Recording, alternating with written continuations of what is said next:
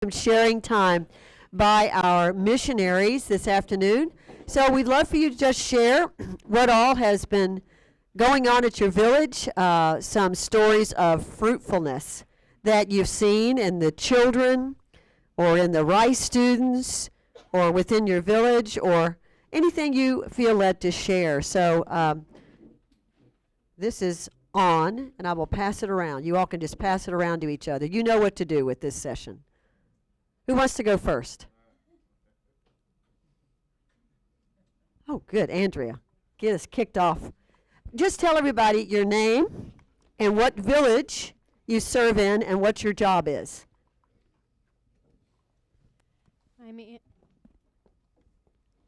Testing. It's on. It's on? Okay. I'm Andrea Nelson, and I'm the child care administrator in Ghana. And my husband Scott and I have been there for 7 years now.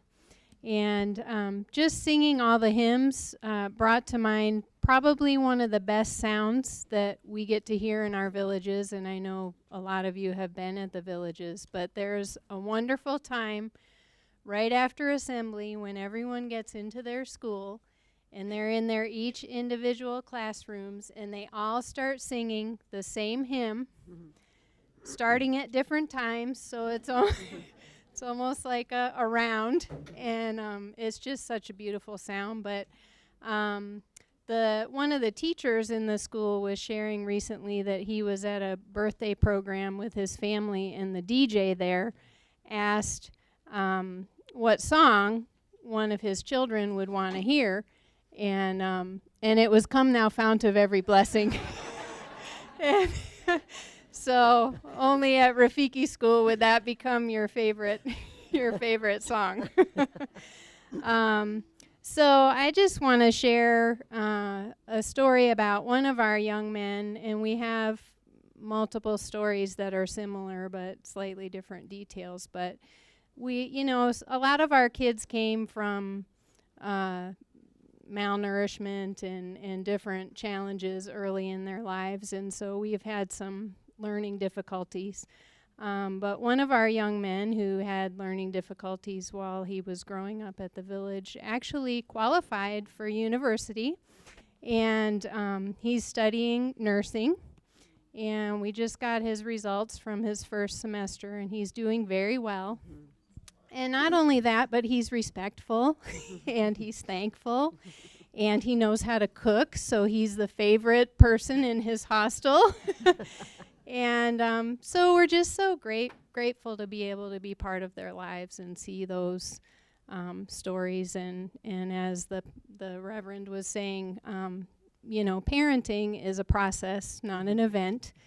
And so for all the good stories, we have the hard stories too, but we're just grateful to see what God is doing in the lives of the kids at the Rafiki village in Ghana. That's great to see. Lots of fruit. That's great. Next one. I'm Julie McKeegan, and I'm at the Rafiki village in Liberia. I'm the village administrator and the headmaster at the school. And we have close to 60 teenagers, so there are many challenges that go with that. But there's also many blessings. It's been exciting to watch our older children step up in church services and be participants. We have 2 girls who are choir directors in their church. We have those gentlemen who do worship leader. We have some who teach Sunday school. And so it's very encouraging and exciting to see that happen. We recently had a United Methodist church plant just practically across the road from us. And this has been a wonderful opportunity for these children to participate in church, not just be a spectator. And not only that, but the Rice students are coming to church there, so they are also learning to participate. We have had 17 children baptized in the past year. In the Rice program, we're seeing lots of spiritual growth. Some young people come in and they don't have a Bible, and now they've got a Bible. They're learning to read and know God, and so that's really encouraging. Let's see, what else? Just seeing the spiritual growth has just been really exciting. But again, we've got challenges, many challenges with teenagers, and you know, there's always a drama somewhere. And we rely on God to help us do the parenting. We are all parenting these children, and praying that God will bring fruit, praying that our village will be a light. And as we work with our national staff, we see people changing. Their lives are different because they have the Word of God every day. My security guard Bible study guys say, you keep us in line, you keep us reminded every day of God's Word so that we work with integrity and do the right things. And that's really encouraging. When we came over to work with orphans, we didn't know the other aspects of outreach that we would have. But when we see all of our staff, which is over 60 people, adults, we're able to provide work for them so they can support their families, but they also get the Word of God, and they never get away from it because we have it there every single day for them. And we just praise God for the opportunities we have to impact lives in unimaginable ways, knowing that and hoping and praying that God will spread what's happening in our village throughout our communities and throughout Liberia as well. So thank you. That's great.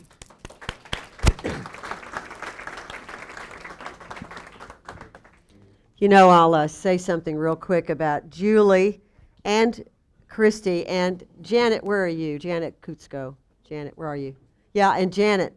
So they survived the Ebola crisis at the Rafiki village in Liberia. And that's not their only claim to fame, but I just want to say, because I mention that regularly about the three of them, and especially Christy and Julie were there. And that was, 9 months? At least 9 months of lockdown. I remember the stories, Christy going to the bank once a week, trying to get cash, and I heard you were like covered from head to toe with your own homemade hazmat suit. They were all locked down for 9 months, pretty much. And by God's grace, you all survived. We didn't lose anybody. And it was a really horrific time. So, and then, of course, COVID comes. I mean, so they've had their challenges in Liberia as well. And Janet, you were there during that time as well as a nurse, which was really great timing for that. Very helpful. So, in spite of the trials and awful things, you're seeing such great fruit now in the kids and all the staff. It's great. Doug, go ahead. Nigeria, up next. Okay. Well, about a year ago, our children put on a PowerPoint, and they collected all these pictures from their whole childhood. It was kind of a graduation gift to the rest of the village. And it was really wonderful to see them. It was about 30 minutes long. It was in a dining hall at night. And there was so much laughing. It was just incredible. And we got C. Peterson's in there and lots of other people who had been in Nigeria to help raise these kids. And we get to see them as they're graduating. We didn't see them as little kids. But they had the most wonderful time because people had taken the time to take all these pictures when they were little and as they're growing up. And all the crazy hairstyles that girls have, you know. There was so much teasing and laughing about that. It was just a wonderful, wonderful experience. And we have a boy right now, Timothy, who could not make it in our school academically, and he went to a local vocational high school. He graduated, now he's working with maintenance for a year to try to get some skills so that he can get out on his own and make a living. And so he studied electrical things. And so he works with us, and he's learned how to wire a building and fix lots of things. He's only halfway through his year of training, and he's doing very well. And of all the kids I thought might not make it, he's making it. He's really smart. He knows how to work with his hands. He may not make it academically, but that boy is going to learn how to wire a building. And we've given him some advice. He was asked by his family to come out to the rural house and rewire the house. And for all of you who've been out there, you know the wires are really tiny, and they put 5 things in the same thing, and it's a fire hazard. And so our maintenance guys said, do not do it. You're going to burn the house down, and they're, you make one mistake, everybody will blame you. So anyway, they told him how to do it where it would be correctly done, and everybody'd say, we're going to let you do the next room next time, and one room at a time. Anyway, it's just great wisdom on the maintenance staff of leading these children to do things properly where they build a good reputation. So thank you for all of your hard work for all those years. Oh, that's great. Thank you, Doug. Wonderful. And I can't think of anybody better than Doug Kepke to train the national staff to then train the young people in these gifts and skills. And Doug and Carolyn have been to 3 villages, Rwanda and Kenya and Nigeria. So we're just delighted for that. It's good news. Is that Timothy Django? Yeah, it's one of the kids I sponsor. Way to go. All right, fantastic. Go ahead, David Graves. So I'm David Graves. I'm a freshman. I'm just finishing my freshman year at so I don't have the long stories. But this year in Uganda, there are many things that stand out. Sorry, I'll do it better. I need to work on my mic technique. But one of them is when we got there, Uganda's schools had been locked down for 2 years. And it didn't resume until January. But during the lockdown, our wonderful headmaster, Kelly, had our teachers who, by the grace of God, we paid the entire time, were out in the community helping students, trying to keep them, the day students, keep them up to date. When we resumed in January, our enrollment went up 30% after being locked down for 2 years. And I think the reason is because parents during the lockdown got to see what our students were like. And they sold our school, basically. And I think it's kind of a miracle. But it's a real testament to our staff and what they did. And then the other story, this happened very recently, but I think it shows the kind of young people Rafiki is developing. 2 or 3 weeks before we came back, 2 young men, 2 high school students, came to the office. Kelly and I were in there, and they said they had a surprise they wanted to show us. So we arranged to go down at 4:30 in the afternoon. Well, at 4:30 in the afternoon, it was pouring rain. So they said, well, we'll do it later. So they came back, 2 or 3 times. Every time they came back, it was raining. So finally, they came back, and they said, can we go now so we can show you? So these 2 young men, they took us down into one of our agricultural areas. They had, over the period of several months, developed a passion fruit vineyard. They didn't spend one dime on it. They got the seeds from the kitchen. They got the idea from going to an agricultural fair, said, oh, this is something we could do. They had all these lines strung to hang the fruit, the passion fruit that it hung from. We said, well, where did you get the string? They said, oh, you remember when the home office visited, you said the soccer nets didn't look good enough and we bought new soccer nets? They took the old ones, and that's what they used. And they had all these poles. They said, well, we said, where'd you get all the poles? They said, well, you remember just before the home office visited, you trimmed all the trees? They went and got the poles from it. How big was it? It was huge. It's a huge area. Yeah, and they've got some of the younger boys have started their own. They're mentoring some of the girls to have their own passion fruit. And the other thing, and this is all completely them. They didn't do it, but it's that initiative, that drive, that ability to think, that I think it shows you what a classical education can do in ways that we not traditional. The other amazing thing about this to me is one of these young men at Christmas time got in so much trouble. He was, everybody was unhappy with him. And he's, by the grace of God, he's come around. So it's really, we see these all the time, but that story really sticks out to me. That's great. That's a great story, David. I want to say 1 or 2 quick things. I love that story for a couple of reasons. One is the the ingenuity, and we see that in the kids. They do think outside the box, which is the benefit of the classical Christian education. But classical Christian education is not just for academics and eggheads. It really creates men and women who are able to learn to do anything. We want our children, all of those children, to graduate with a skill so they can be self-employed, because we know the economy in Africa is troublesome. So that's wonderful. They're not only learning how to grow passion fruit, which, by the way, is a fantastic business in Africa. All the big hotels are after passion fruit. So it's really a great thing for them to know how to do. You can do it in a small space. I love that.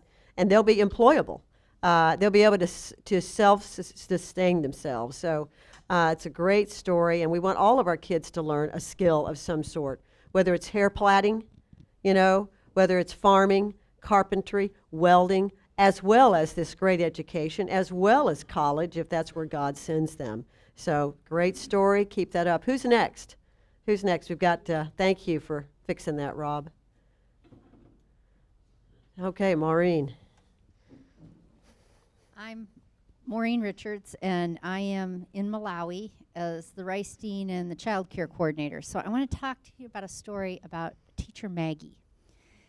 Teacher Maggie was from the girls program, the old girls program. She was a mama for a little while, and then she got married and had her own children. She was doing Rice part-time, and she had a big disappointment. And she came in my office, and she cried, and she cried, and she cried. And I just said, you got to stay with the program, Maggie. You just got to stay with it. God didn't put you here for no reason. You just got to stay here. So we shed a few tears together, and Maggie stayed. The next day, she started the book, The Pilgrim's Progress. And she started reading The Pilgrim's Progress, and she would come in every morning, and she'd go, oh, I love pilgrims. And she said, and Pilgrim did this, and Pilgrim did that. And this went on for 9 weeks as she read the book. And then one of her children is like 8 or 9, so she's reading the book with her child, and then she read The Hobbit. And the same thing was The Hobbit. She's reading it along with her child, and she's reading it out loud, and she reads Call It Courage. So you're introducing to these people to sometimes their first big story that they've read. And she has been such a joy, and something happened with Pilgrim's Progress, and she just turned a corner, and learning became a whole lot easier for her. And she just says, I'm so glad that I've stuck with it. So one last part about Teacher Maggie. So she was in 1C, and she had to do PE. And the PE program is kind of strange because they read about it, and then they're supposed to do it, but she's the only one in the class. She was teaching as a pre-primary teacher. So I said, this is what we're going to do. You're going to teach the PE for pre-primary, and everything you learn every week is what you're going to teach in that class. And she says, oh, okay, I can do that. And I'll come down and I'll supervise a couple times a week. We'll see how you're doing. So the first time she did it, I said, oh, classroom management is really a problem here. And I don't know much about elementary education, but I was in the Army. And I said, Maggie, let me help you. So in the Army, whenever we got ready for PE, we'd go, extend to the left, march, even numbers to the right, uncover. So I taught her a couple of things, and I went back. And the next time I was there, she had them all in these little boxes, all these little pre-primary kits. And she says, 2 steps forward, move. But the point was that it worked. And she's just she's going to be a great pre-primary teacher as a result of what she's learning in Rice and what she's picking up. It's just really encouraging to see that. So.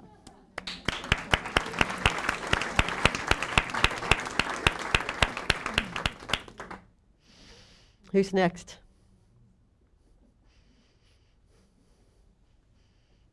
Hi, I'm Julie. Is this on? No, there. Julie from Kenya, and David and I share village administrator responsibilities and childcare and a little bit of widows too from time to time. So just a couple snippets that I wanted to share. One was that we had the home office visit in May, and we had a widows program meeting. And the Widows Program is just one of those wonderful programs that never gets as much attention as it needs. And I guess the Lord showed me that when they were there, and we were sitting down and having this meeting, and I asked the question. We had about 7 of the Widows Program directors from the various churches, and I said, so how many of you, is this the main thing, main source of income for your ladies, or is this just, as we call it, a side hustle? And they all said, this is the main thing for these women to earn money. This isn't just an extra. It is for some of them, but for most of them, it's their main thing. And so I was just encouraged to think that through and say, this is important. And we're so grateful that we can have that as part of our ministry. Another little thing I wanted to share was just that we have over 300 community students, and some of those people actually have a little bit of money and really want this fantastic education, but we still do have a lot of children who are vulnerable. And so we've had national Kenyans who have come and said to us, we would like to pay for our children and another child. And so having those people who want to contribute to the education of some of their Kenyan brothers and sisters has been a blessing as well. Then I wanted to just piggyback on some of our stories about children. And one of our first graduates started in a diploma program, really was convinced she wanted to be a lawyer, was taking classes, and basically it was a train wreck of a year for her. And she just really struggled with life, making bad choices, feeling lost. She has no family whatsoever. Her foster family relationship kind of fell apart. And frankly, we ended up putting her in a residential psychiatric hospital for a while to get some really in-depth counseling. And over some time, that really brought some healing to her. And the family that owned the hospital took her into their family. And it's her family now. And she got finished with the counseling and decided she really wanted to farm. And so we got her into an organic farming program. She was at the top. It's a small little school. She was at the top of her class and finished with an organic farming diploma. And the family that she lives with has some land. She is now exporting green peppers and spinach and just sold about 20 pigs and got a ton of money for it. So I know a lot of our kids, especially Nairobi kids, they're big city people, think that farming is second class, but that is not the case, and I hope that they will learn that themselves. But it's been a blessing to see how God has transformed her life. So, wow, love that.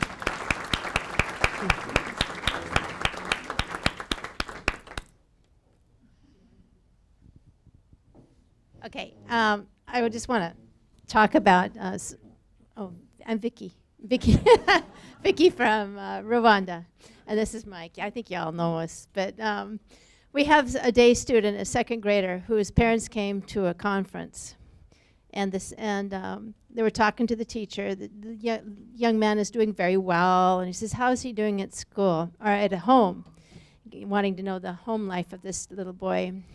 The guy started laughing. He said, this Bible study that you do at Rafiki, my son comes home, he tells us the story, and then he says, Mom and Dad, you're doing it all wrong. He says, we don't pray before we eat. We don't pray before we go to bed. We don't pray when we get up. And sometimes you guys fight, and God does not like you fighting. And he said, this little guy, he said he turned the whole family around. The entire family now is praying. They sing the hymn. He's teaching them all the hymns, And it's just a delight. It's just a delight. And he said, "Yeah, we're not fighting." And he says he straightened us all right up. So I'd like to share that one. And then we were waiting to get on the plane to come, and one of our 10th graders texted me and wished us a good trip. And I said, what are you going to do with your life? What are you thinking? And he says, well, you're going to think I'm crazy, but I want to be a pastor. And I thought, one of our 10%. So praise God. Praise God for that. Okay. That's great. And just maybe 1 year ago or 2 years ago, you would have never dreamt that he would have wanted to be a pastor. But that's even better part.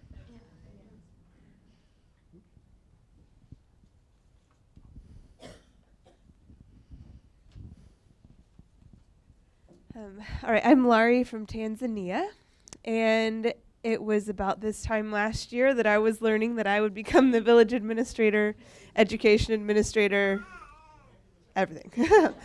And I remembered, like, when I learned that Kelly was going to be VA and education, I thought, how in the world could anyone ever do that?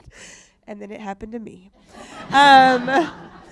But it has been really amazing to see how God just took care of me and had prepared the village for this time. And what I've really enjoyed over the past year is just getting to spend more time with all of our Tanzanian leaders and my assistant, our head of primary, head of secondary, head of rice, childcare.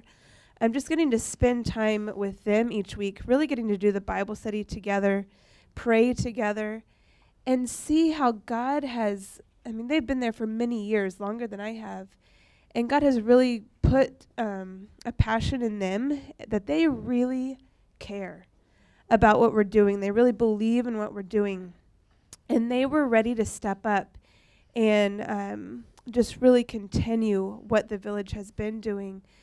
And I was just amazed. Like, when I first started, our childcare administrator went on maternity leave. I thought, okay, wow. But she worked from home. She still coordinated all of the homestays, and she was still communicating with me, and she didn't have to do that. But she really cared about the kids and about their well-being. When it came time for the homestays, we had about 5 that had nowhere to go. No one wanted them. They had a history of some things that have happened, so no one wanted to take them. So my assistant said, we'll take them. So he and his wife has worked at Rafiki as well. They took all of them. They really brought them into their home, and they recently built a home, and that was their whole plan, was, okay, we'll have a home so that we can take as many kids as possible. Let's get some bunk beds. Can we put in some more mattresses? Like, take as many as possible. So they took in all 5. And one of them was Fred. And Fred used to steal and lie all the time. And, like, we really just couldn't trust him. We didn't see how that would ever change.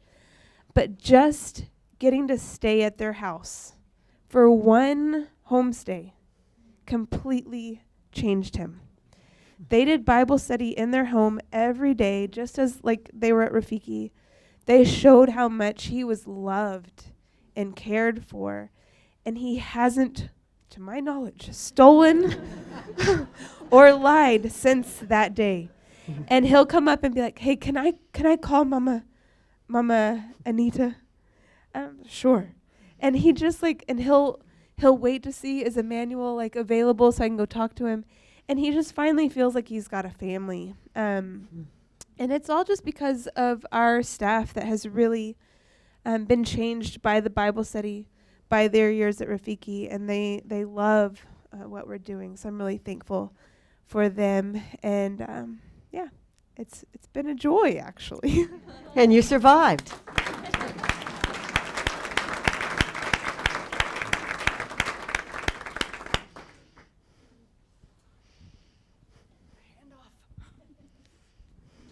Good afternoon. My name is Amy. I'm in Ethiopia. I share the village administrator role with my husband Tekle, who is in Ethiopia right now. I am also the headmaster and the child care administrator, so I know what you're going through. And I've learned you can do anything for a short amount of time or a longer amount of time, because God does enable you and equip you and bring people alongside you and with you. And I'm really glad to hear everything that the missionaries have been sharing. I mean, so much of what I was going to say is very similar to what you said. And I think I just want to say that we've been learning about suffering yesterday and today, right?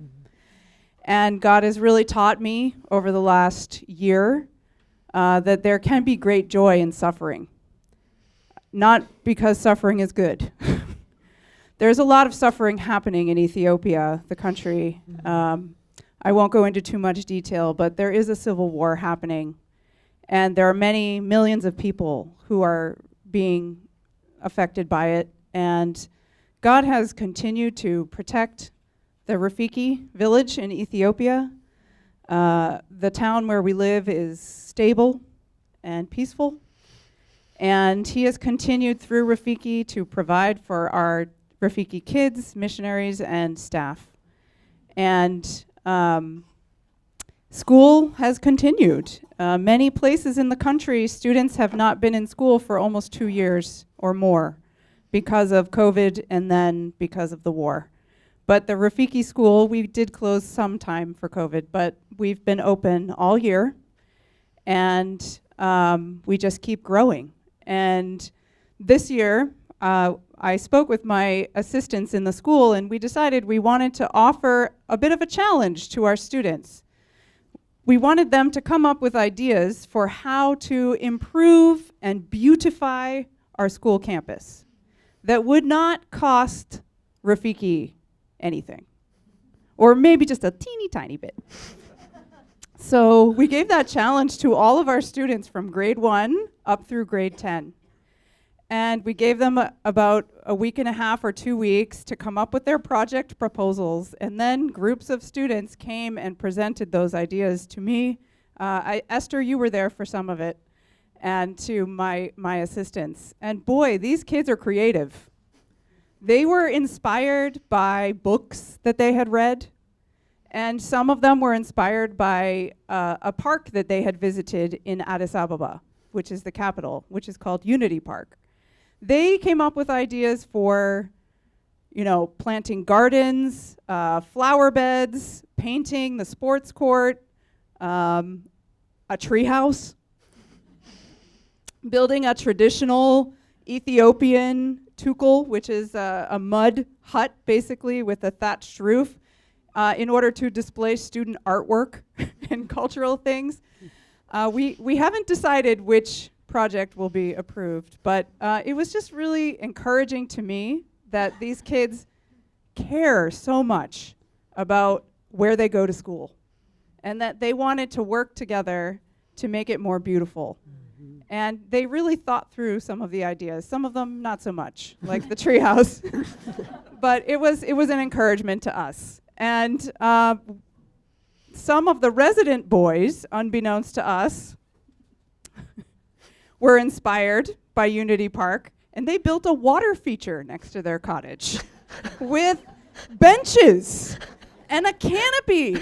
And every time I walk by the house, they've added more to it.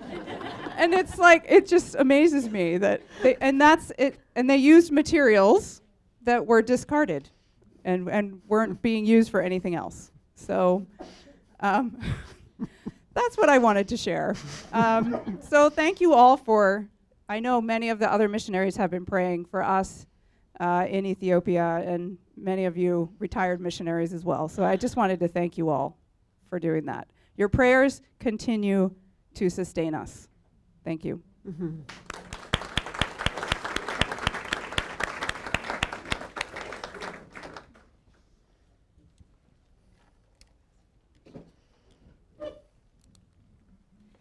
My name is Kelly, and I am in Uganda. we're in a very sweet season right now, and I'm enjoying it thoroughly, and I'm grateful the graves are there, and Kent and Peggy held down the fort with me for about 9 months. Grateful for that as well.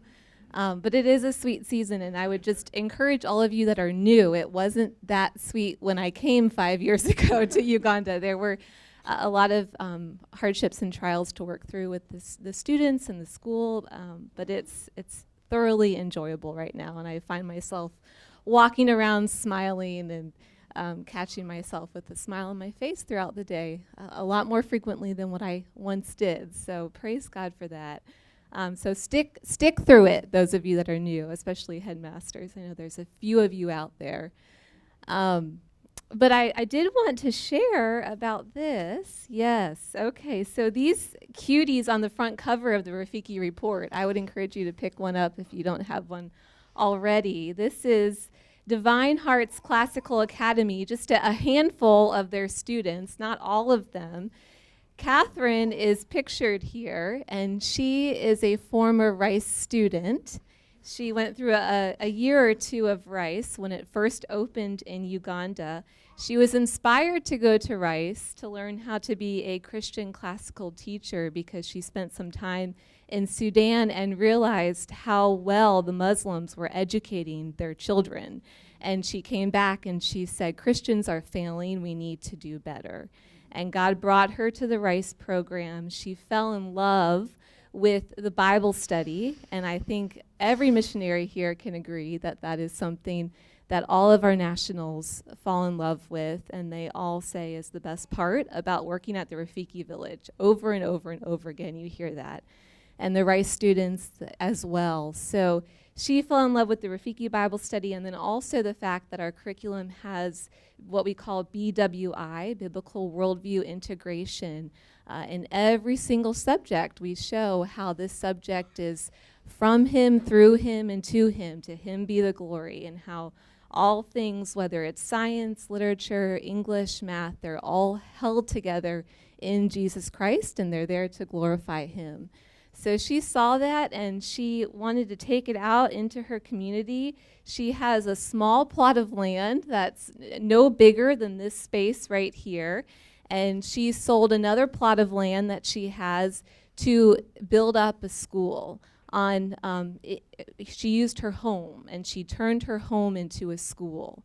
And so Karen and Kathy were there just earlier this year. She loved having the two of you and talks about that visit all the time. She was deeply honored. And then I went after them, and I'm sitting in her office, and there's this plyboard behind her, and she says, yes, right back there is just my bed and my nightstand, and I sleep there. And there's classrooms all around her bed and her nightstand, tucked away behind this plywood.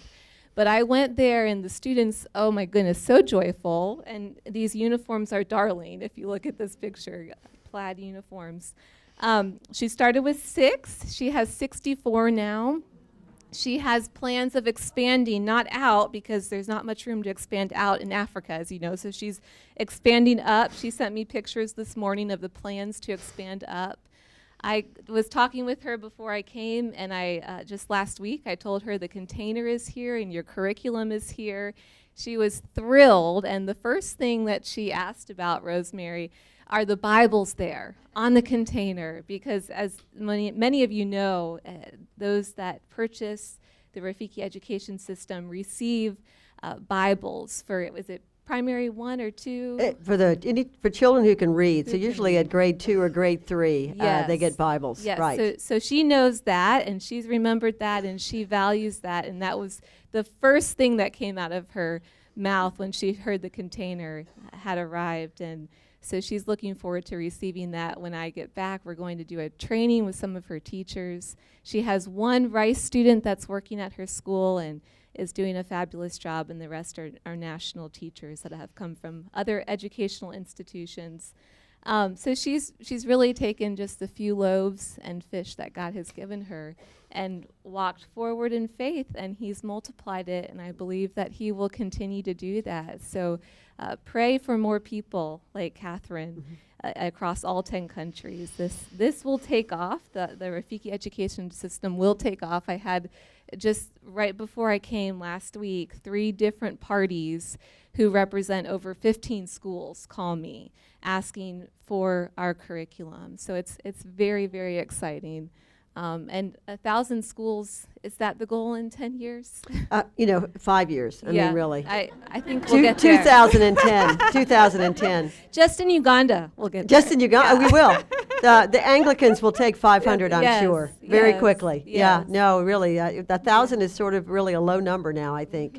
By God's grace, many more. So that's a great story, isn't it? Yeah, thank God for that. Thank you, Kelly. Okay. We have a couple of more.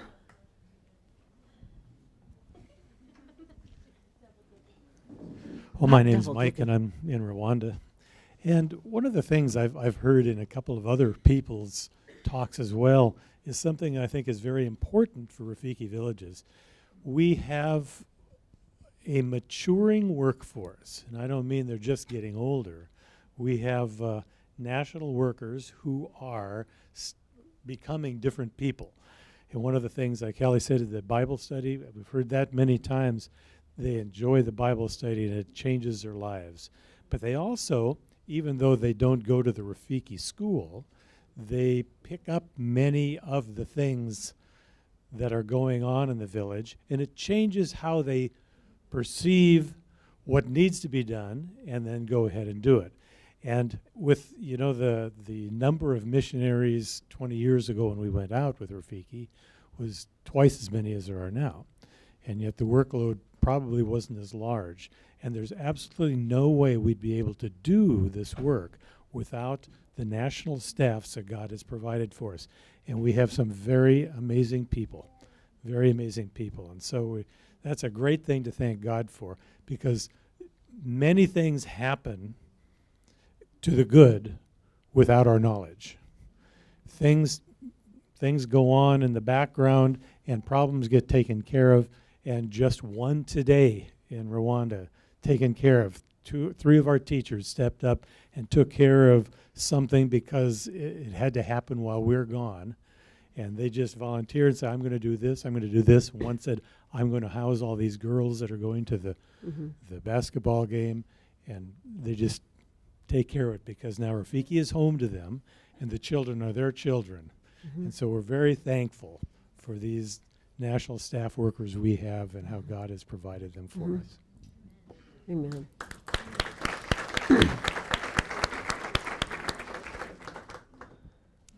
My name is Catherine, and I'm the same year as David Graves. I'm also a freshman at Rafiki. But I just wanted to share a little bit from the RICE program. I'm in Liberia. I don't remember if I said that. But we've just seen some neat spiritual growth in our students recently. And during Bible study time, they're asking a lot of really good, hard questions, and just seeking to know more about the Bible and understand. And we recently had one young man who maybe a month or 2 ago shared during our prayer time that the Lord had just really changed his life through the Bible study, and really convicted him about some things in his life that he wasn't doing right. And he changed his life and turned it around. And he said that he felt like maybe he was one of the 10% that wants to become a pastor. And so we had shared with the students that was something we were praying for, was 10% of young men from Rafiki to become pastors. And he said, I think I'm one of them. So he's very young Christian, but he's plugged into the Methodist church plant across the road, and he's involved there. And it was just really encouraging to hear from him that through this Bible study, and he's just in the first year, he's a new student, and it's just really neat to hear that how the Bible study has impacted him, and he's kind of getting closer to a couple of other guys in our program, or another one of our other students, and then our assistant, who are both just really good, godly young men. And so the student Kia is getting connected with them, and they're meeting together weekly with Abraham, our assistant, and just to talk and encourage one another. And so that was just a really encouraging story from our RICE program, and we're just praying that that transformation will last and that we'll get to see him go on and follow that call that he feels. So just want to share that quickly.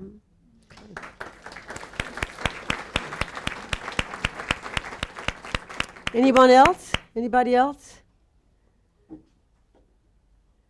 Well, just a couple of words to wrap this time up. Thank you all for your sharing. I hope everyone in this room is so encouraged. What I loved about this is the individual fruit that we're seeing. And one of the things we always talk about here at the home office, I know Erica and I do, is it's like the white blood cells rushing to the area of infection. We have a child who is going wayward. And you have missionaries, national staff, church leaders come in for one child. We've seen that over, and then staff, and then a family in the community. And I love that part about what we get to do in Rafiki, is you've got names and faces of children who've grown up at the village, but day students too, Rice students as well, widows that we know their names. We know where they live. And so it's one of the most beautiful parts, I think, of what we get to be a part of here in Rafiki. But the other side of it is the exponential impact. You have Catherine's school going from 6 to 60, like that, and maybe 1,000 schools, maybe 2,000 schools in Africa, and then 4,000 churches in Ghana with Sunday school material. It's a unique opportunity that God has given us to be a part of something where we have this individual and yet exponential impact. Don't lose sight of that. Those of you who have been serving for a long time, you're now getting to see just an absolute 30, 60, 100-fold. Those of you who are new, it's a process. It's a process. It's long-term. It's not an event. And I appreciated what Kelly said earlier. You know, you're having some trouble right now with children. Malawi is going through a massive season. They really are, especially with the girls. The boys have repented. Well done, young men. The girls are next. They will, right? Those of you who've been out for a while, haven't you seen it happen? Like your pastor. A year ago, he was not doing well. So be encouraged by that and persevere. God enables you to persevere. He really does. It is God. It's the gospel every single day that enables you to persevere. And then we begin to see this huge individual changes and exponential fruit.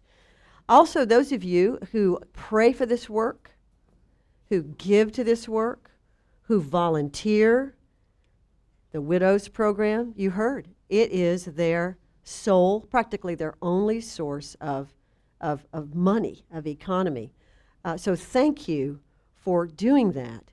All of the aspects of what you all do helps to impact these individual lives. I am thrilled to hear about our national staff, and we've seen it firsthand. The growth, they've taken hold of the vision and mission. They're communicating it. They're doing it. However, there is still a need for people from America or Europe or Singapore to serve in Africa in the mission field. I think that is not over yet. And so continue. The only thing Jesus says to do is what? Pray for harvesters to go out to the harvest. And it is absolutely bright white. And so I would really encourage all of you to pray. If you're not able to go, get someone else to go. Talk to them. Pray for them. Tell them of what God is doing as we come alongside the church, as we help to raise up these children individually, impact others exponentially. Truly, as you heard, our missionaries, 3 jobs. 3 jobs. Now, they have great nationals to work with them, but it is a big load. And yes, you can do it for a season, but you can't do it forever. Yes, Laura used to, all 5 hats. That's why her hair is so long. So she's been wearing a lot of hats, right? And so please, I'm going to encourage you to pray and to encourage others to give and help others to give to the work so these folks can remain on the field and doing what they're doing. And pray for them. Pray for them. Get their prayer card and pray for them. We have prayer cards somewhere around here. I don't know. Everything gets moved around. So pray for them and pray for more to go out. We're asking God for at least 20 more missionaries in the next year. We have missionaries who are reaching a certain age in life where, yes, you don't retire, but you can't move as well. And so we need that next group of people to come alongside that they can be mentored in the work. And so be praying for that. Be thinking about that. Be encouraging others in that. Get your churches, too, involved. So thank you all for listening. Great sharing from our field. And so we have a break. Let's take 15 minutes and be back here at 2:15 because we're going to have Reverend Wingard. All right. Thank you.